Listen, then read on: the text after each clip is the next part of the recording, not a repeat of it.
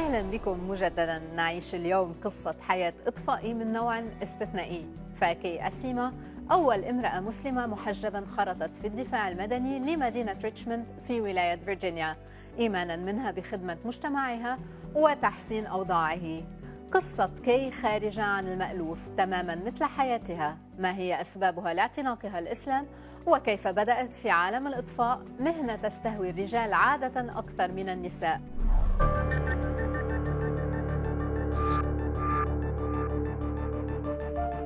My name is Robert Creasy, and I'm the fire chief for the city of Richmond, Virginia, and I'd like to welcome you to Fire Station 17 here in South Richmond, our newest fire station and one we're very proud of.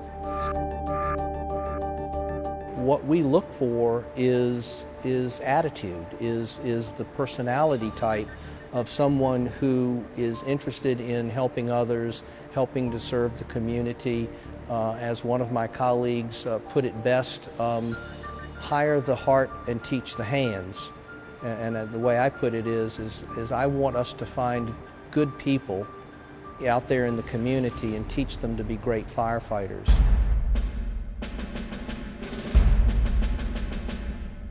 This part of the station, we refer to this as the apparatus floor or the apparatus bay. Think of this as a house with kitchen and bathrooms and bedrooms, and it's built with a really big garage for really big fire trucks. The rest of the station is just very typical of any office building or home. The area here we call the watch desk. A lot of this terminology is military, and so a lot of the same techniques that work in battle on the battlefield work when you're battling a fire. And then in the back of the station we have our living room we call the day room, and it's adjacent to the dining area and the kitchen. And this, just like your home, this is where the firefighters spend most of their time when they're not actively doing the tasks associated with the workday. Well, each morning we sit down at the table at about 8 o'clock and we discuss who's sitting where, riding location. Where they actually sit on the fire truck has a lot to do with what they'll perform that particular day. Firefighter Cox will be on the nozzle once again today, see if we can produce some results there.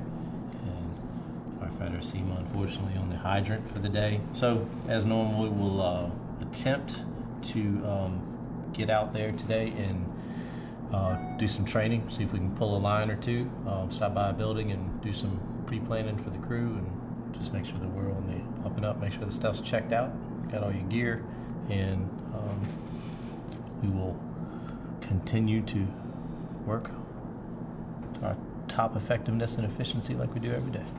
I imagine that we were shouting. It's very calm. The shouting occurs when we don't do things that we should have done right the first time. That's when the shouting occurs.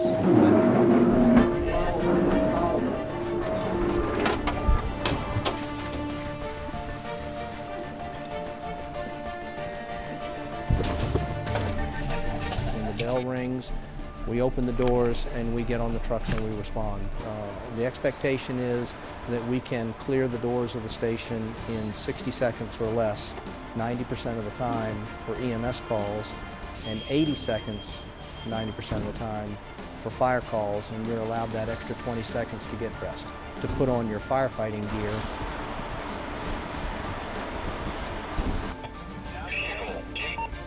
When your lives hang in the balance, seconds count, and we need to be there. All right, so what do we got? I feel that I'm doing a great service to the community. I think that I get a lot of blessings for doing good by people, doing right by people, and helping people. And if I can be there for somebody at their worst day, you know, the worst day that you have to call 911 for somebody else to come help you with your problem, and if I can be there for that person, that's what matters to me.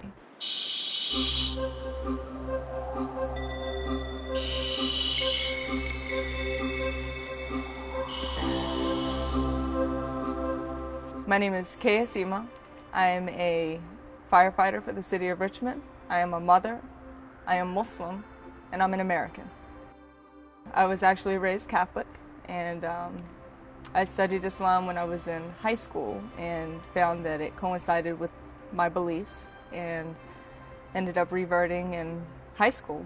And it was amazing because, you know, I hear horror stories about, you know, families who aren't supportive.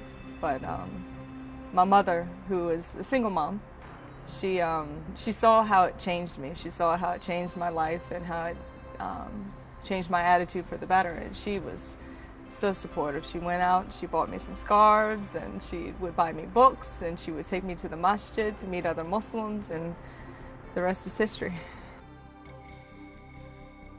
I was a rebellious teenager. I was bad. I was, you know, I was a tomboy. So I was always, you know, I did tomboy things. The things that the guys did, I wanted to do, you know, and I boxed for 6 years. I was a state champion boxer. Did things that I probably drove my mother crazy. So I have a 8-year-old son named Royal, and my daughter, her name is Elisa. She is 4 years old. It's not easy being a single parent firefighter. We work 24-hour shifts, so I'm away 1/3 of their life. But they are so understanding, and they love the fact that I'm a firefighter. They both want to be firefighters when they grow up.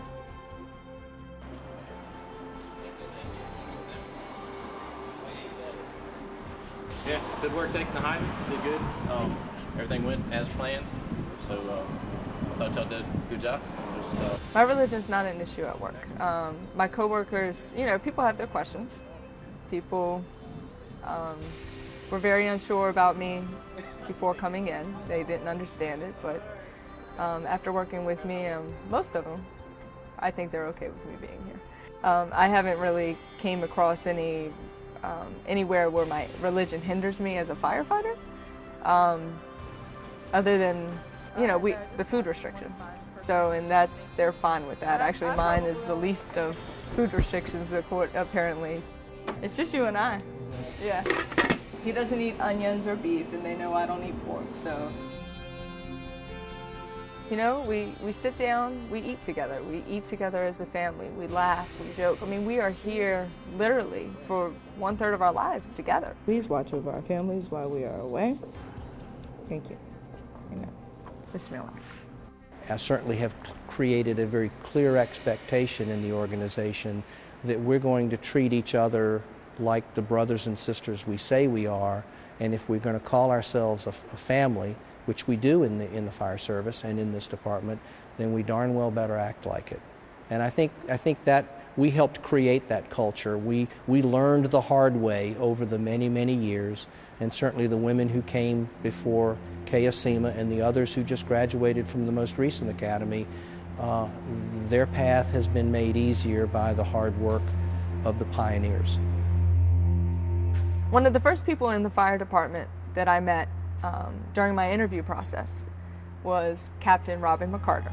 And I came to her and I said, "Captain McCarter, I am Muslim." She says, "I know."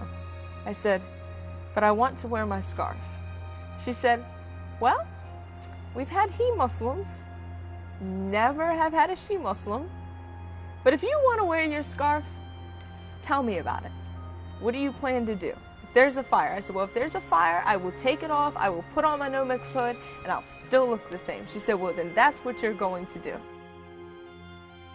Kay is our first, a Muslim female within the department.